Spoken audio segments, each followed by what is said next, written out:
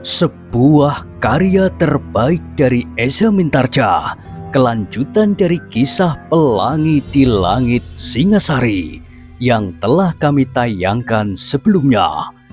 Kisah kolosal bernuansa sejarah dan fiksi di kehidupan tanah Jawa dengan judul Bara di Atas Singgasana. Pada kesempatan yang sangat baik ini, kita masuk pada bagian yang pertama dengan episode Putra Mahkota. Sahabat Permata TV yang tercinta, saat ini kita sampai pada seri yang ke-30. Selamat menikmati.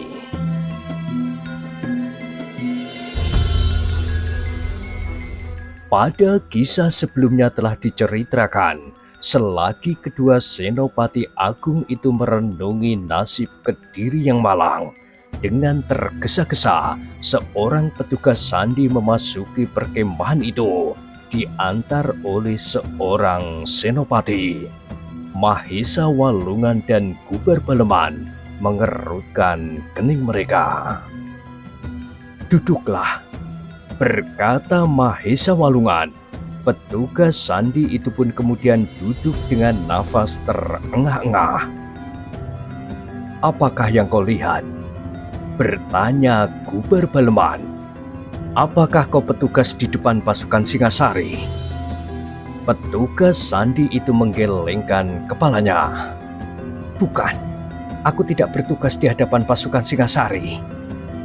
Kedua Senopati Agung itu saling berpandangan sejenak. Lalu katanya, "Di mana kau bertugas?" "Aku bertugas mengawasi pasukan Pucang Warit." Mahesa Walungan menarik nafas dalam-dalam. Kekeruhan di hatinya telah membuatnya khilaf bahwa beberapa petugas sandi akan dapat memberikan sedikit keterangan tentang pasukan Pucang Warit itu. "Mereka telah meninggalkan perkemahan," desis Gubar Baleman. "Tuan sudah mengetahuinya?" bertanya prajurit itu. Ketika Gubar Baleman menganggukkan kepalanya, petugas sandi itu memandangnya dengan heran. Sekali-sekali ditatapnya wajah Mahesa Walungan, namun kemudian ia memandang Gubar Baleman dengan sepercik pertanyaan di dalam hatinya. "Aku baru datang dari perkemahan Pucang Warit," berkata Gubar Baleman kemudian. "Tetapi perkemahan itu sudah kosong." Petugas sandi itu mengangguk-anggukkan kepalanya. "Tetapi aku tidak dapat menduga kemana mereka pergi." Gubar Baleman berhenti sejenak, lalu ia pun bertanya pula, "Apakah kau melihat arah mereka?" Sekali lagi petugas sandi itu mengangguk-anggukkan kepalanya. Katanya kemudian, "Iya, aku melihat mereka. Mereka agaknya telah menarik pasukan itu masuk kota." "Hei!" Gubar Baleman terkejut. Mahesa Walungan pun terkejut pula, sehingga ia tersentak maju setapak.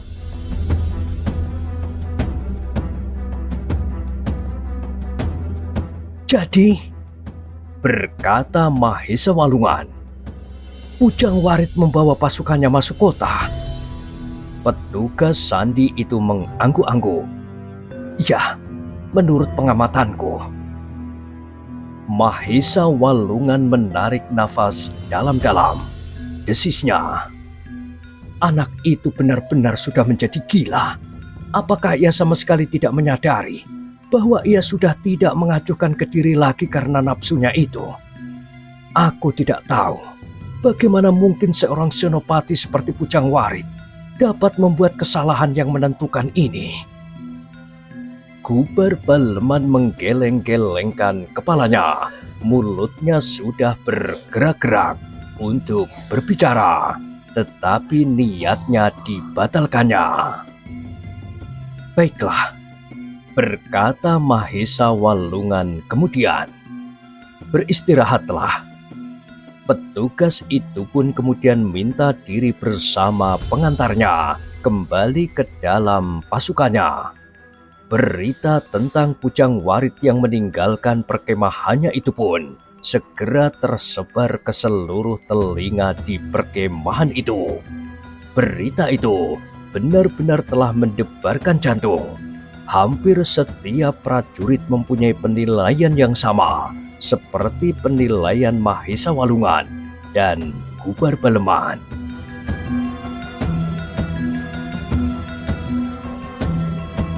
"Kakang," berkata Mahesa Walungan, "Pujang Warit benar-benar ingin menjerumuskan kita ke dalam jurang kehancuran. Mungkin ia yakin bahwa ia akan dapat menghancurkan sisa-sisa pasukan Singasari setelah bertempur mati-matian melawan pasukan Kediri di perkemahan ini."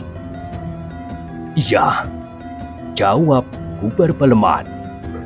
"Aku kira Pujang Warit berharap bahwa ialah yang akan mendapatkan nama karenanya, bahwa Pujang Waritlah yang telah menahan arus pasukan Singasari setelah Mahesa Walungan dan Gubar Baleman mengalami kegagalan."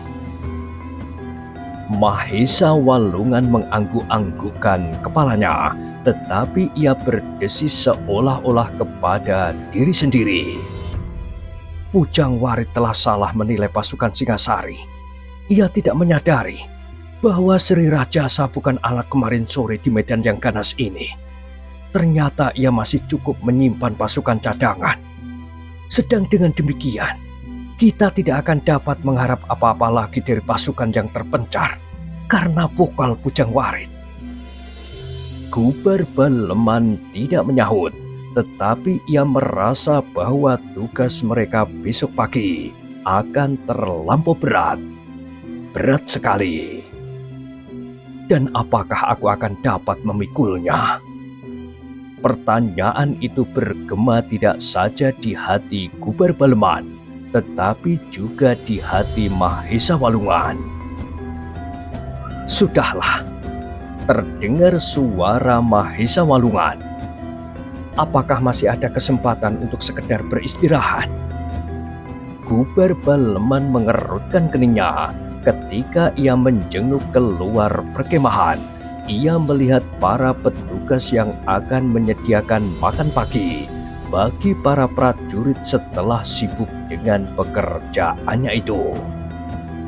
"Sudah hampir pagi," desis Gubar Baleman.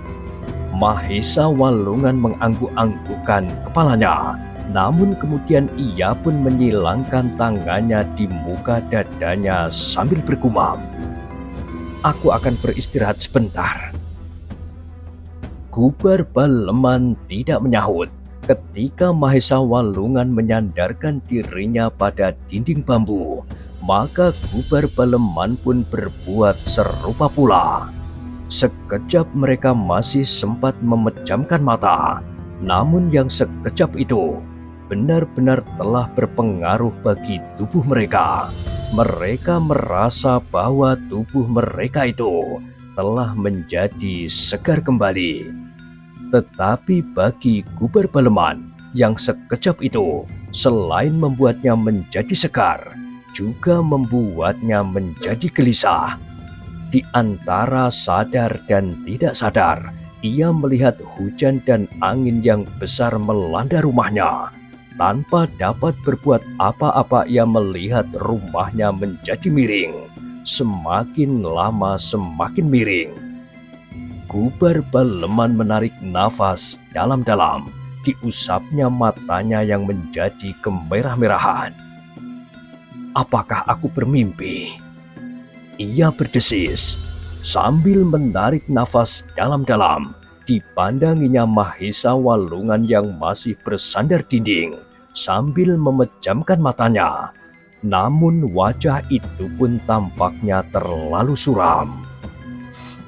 Gubar Baleman mengusap keningnya yang berkeringat. Kesuraman wajah Mahesa Walungan membayangkan kesuraman wajah Kediri. Apapun yang akan terjadi, desis menteri yang setia kepada tanah kelahirannya itu. Aku harus bertahan.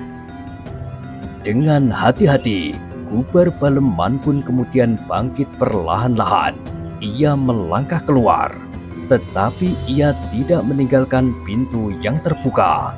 Meskipun di muka pintu itu terdapat sekelompok prajurit yang berjaga-jaga.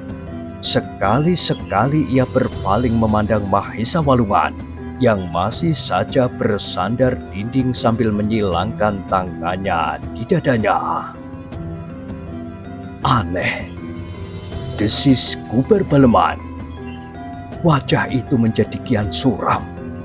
Bukan saja suram, tetapi pucat. Kuber Baleman berdesah, diusapnya matanya. Mudah-mudahan matakulah yang salah.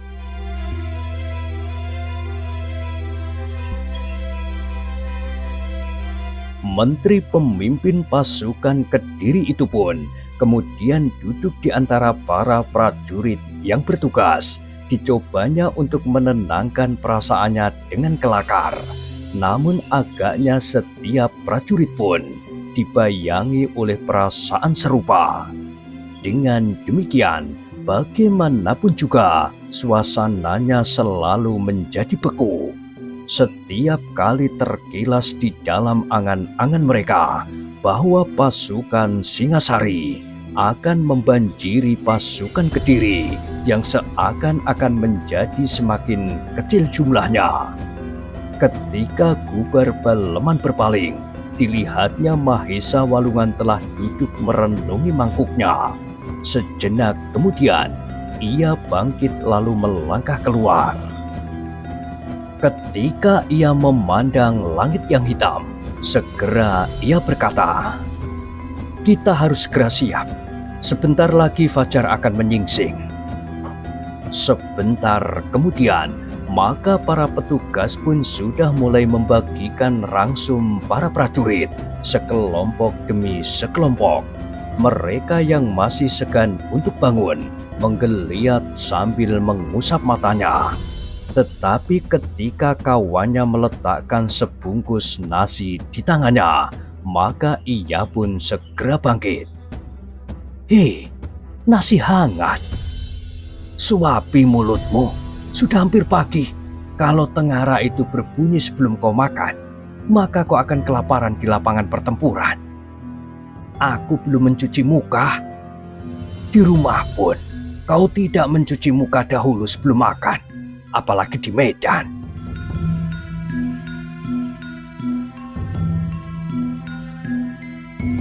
Prajurit itu tertawa, tetapi ia tidak segera menyuapi mulutnya. Perlahan-lahan ia berdiri untuk mencari minum lebih dahulu. Belum lagi mulut-mulut berhenti mengunyah, maka di kejauhan telah terdengar suara tengara.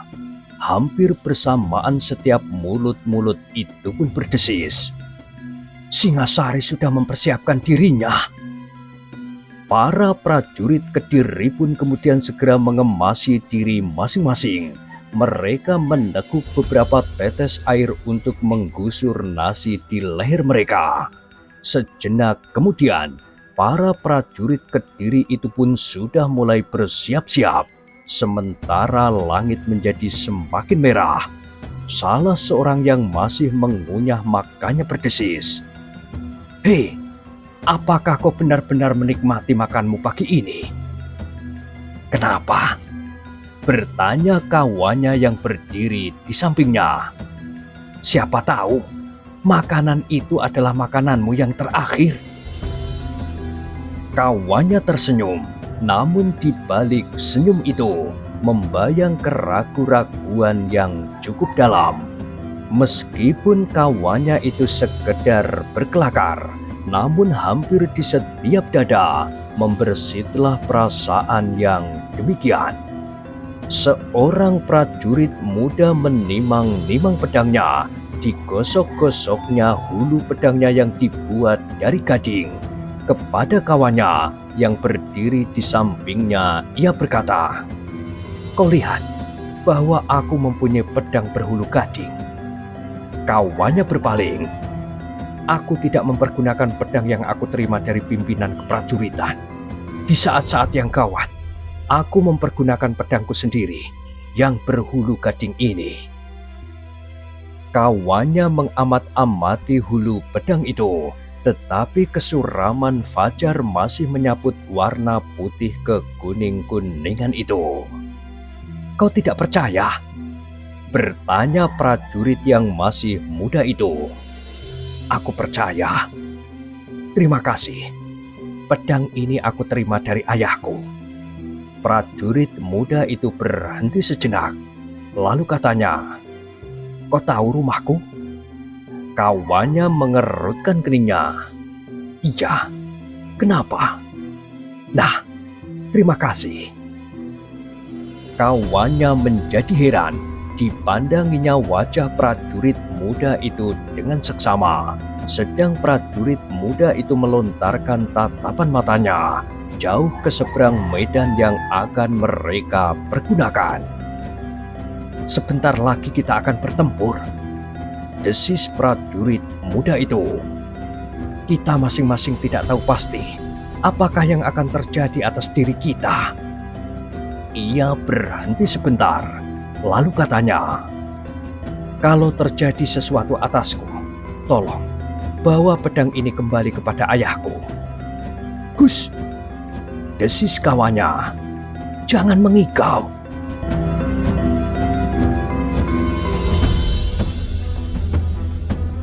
Prajurit muda itu berpaling, tetapi kemudian ia pun tersenyum. Katanya, Pujang Warit memang gila. Ia sampai hati mengorbankan kawan-kawannya sendiri untuk alas kakinya dalam usahanya memanjat ke tingkat tertinggi dari susunan keprajuritan Kediri. Ia akan memetik buah dari kelicikannya itu. Prajurit muda itu kini tertawa. Kediri pun akan memetik buah dari ketamakannya. Kawannya menepuk bahunya sambil berdesis. Jangan berputus asa. Hei, apakah aku berputus asa? Kau salah terka. Aku tidak berputus asa. Namun suaranya kemudian merendah. Tetapi, apakah kita tidak seharusnya menilai keadaan? Kawannya mengangguk-anggukkan kepalanya. Ya, kita memang harus menilai keadaan.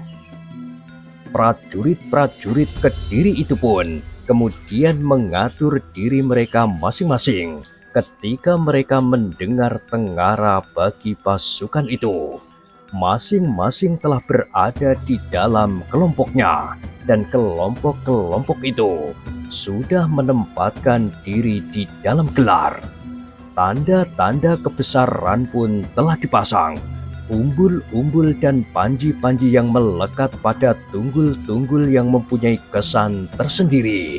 Tunggul-tunggul yang berwarna kekuning-kuningan, bertangkai sepanjang tombak larakan.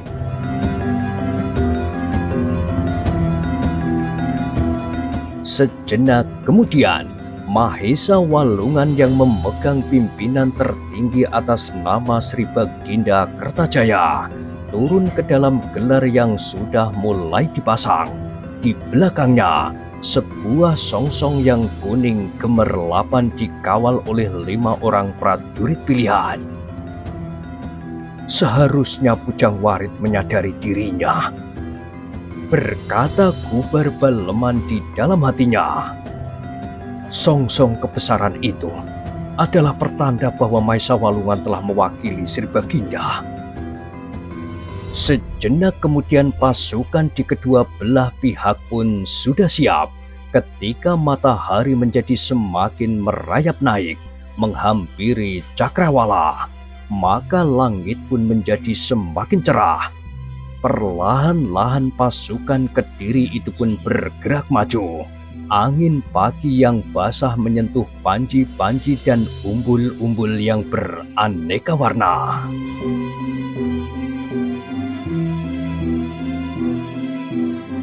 Di seberang yang lain, pasukan Singasari pun telah siap pula. Seperti yang direncanakan oleh Sri Rajasa, pasukan Singasari telah memasang gelar dengan segala macam tanda-tanda kebesaran kerajaan Singasari.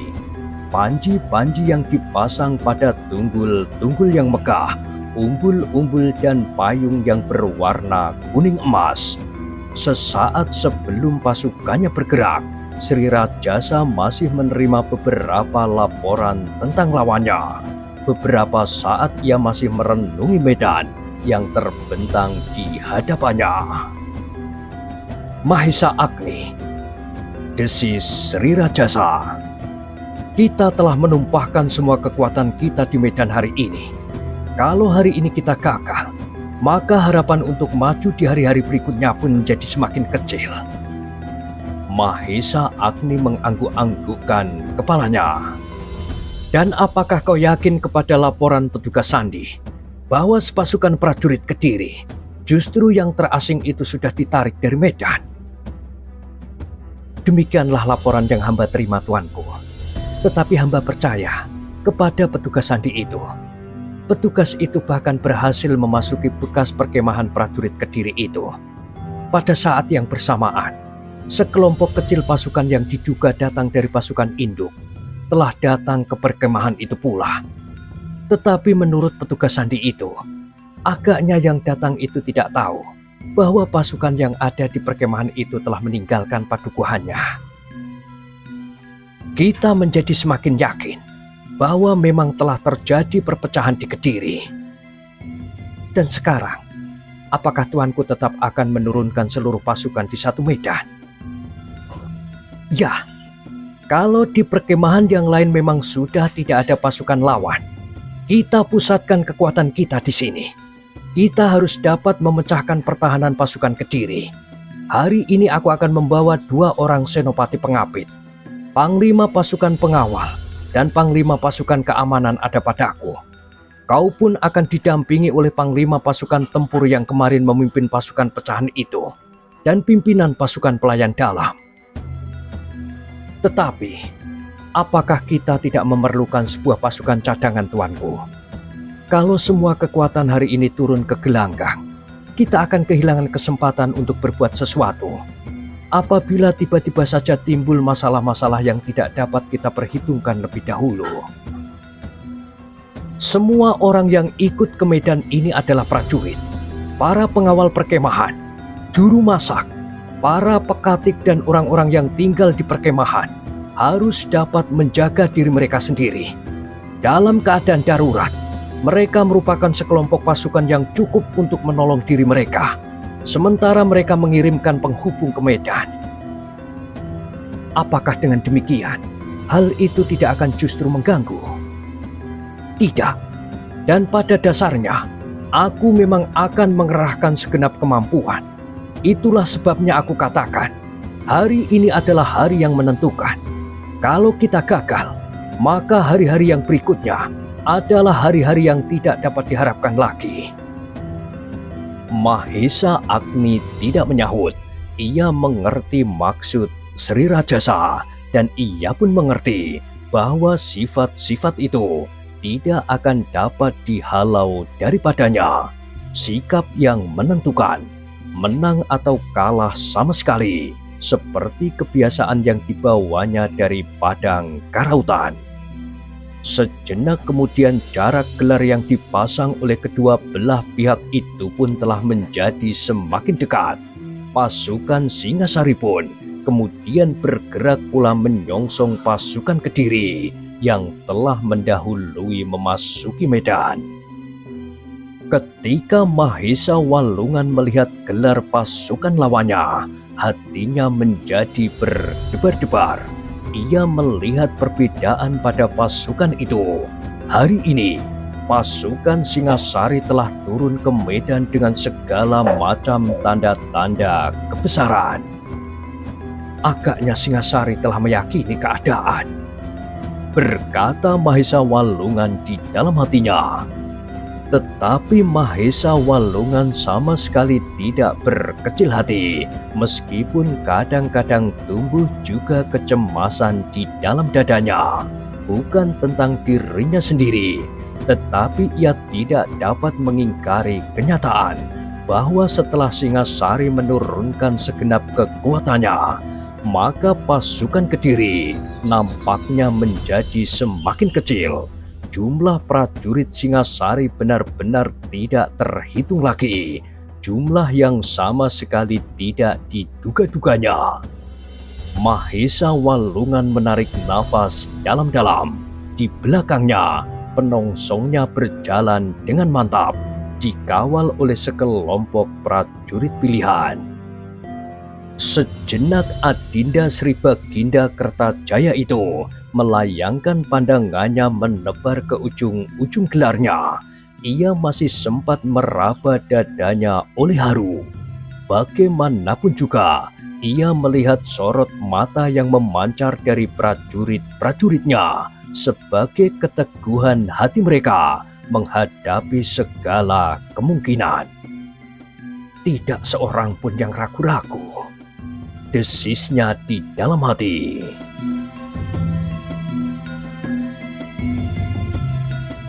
Sejenak kemudian Mahesa Walungan memandang ke gelar lawannya yang semakin jelas. Ia sadar bahwa Sri Rajasa memang seorang prajurit yang tangguh. Ia mempunyai ilmu yang sangat asing bagi Mahesa Walungan. Sebagai seorang yang berilmu, Mahesa Walungan cukup memiliki bekal untuk menilai tata gerak lawan. Tetapi ia menggeleng-gelengkan kepalanya, memikirkan tata gerak Sri Rajasa. Bahkan kadang-kadang dalam keadaan yang genting, Sri Rajasa telah melakukan beberapa macam cara yang bagi Mahesa Walungan agak terlampau kasar dilakukan oleh seorang raja yang perkasa. Namun di saat-saat yang lain, Sri Rajasa telah bertempur bagaikan seorang yang kebal dari segala macam senjata, tenang dan meyakinkan. Tetapi Sri Rajasa tidak kebal. Desisnya, ternyata ia selalu menghindari tajam senjataku. Namun yang menggetarkan bagi Mahesa Walungan, kemampuan Sri Rajasa sama sekali tidak berkurang setelah sehari penuh ia bertempur. Di hari pertama dan bahkan di hari kedua, Sri Rajasa sama sekali tidak terpengaruh oleh banyaknya keringat yang menitik dari tubuhnya. Di saat-saat matahari sudah condong ke barat, ia masih mampu bertempur seperti pada saat pertempuran itu dimulai. Dan kini ia harus menghadapi Sri Rajasa itu kembali dalam keadaan yang pahit, sepeninggal Pujang Warit dari perkemahannya.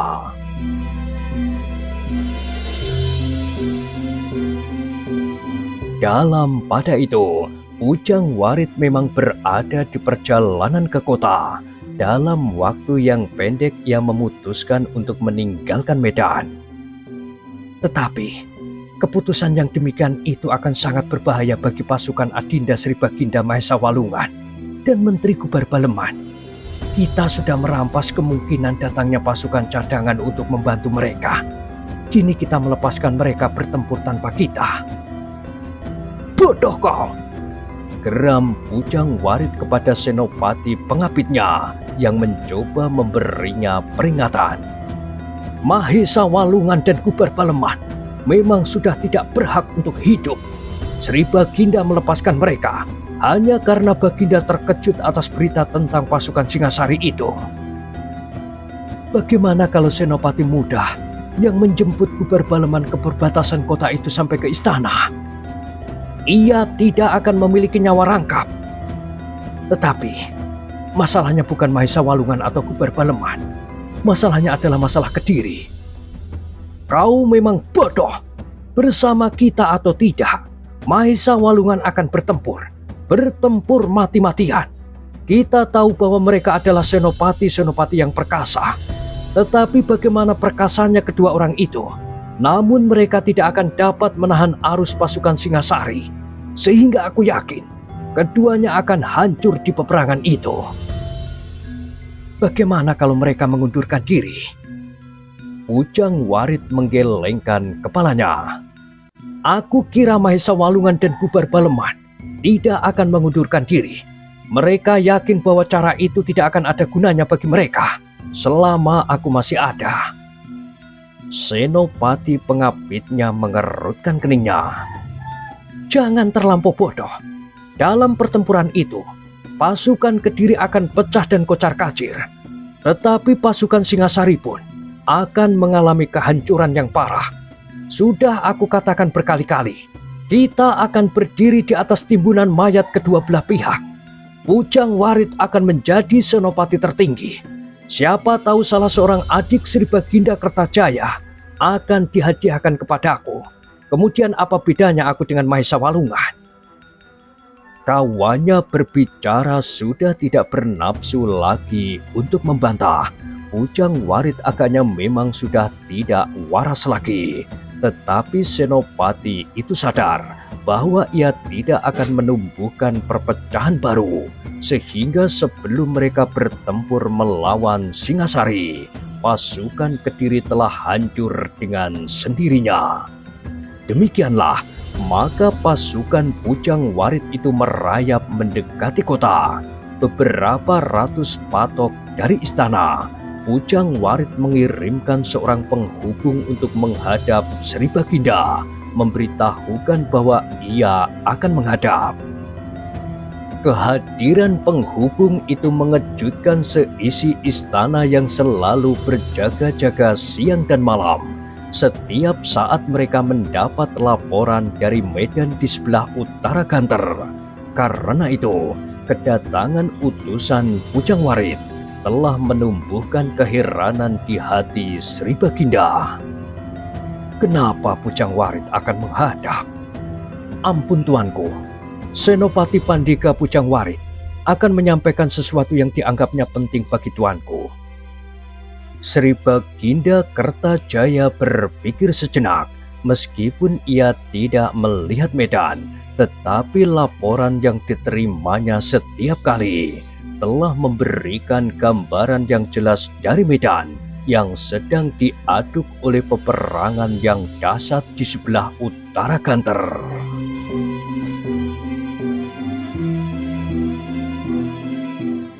Nah, bagaimanakah kisah selanjutnya? Silahkan ikuti terus.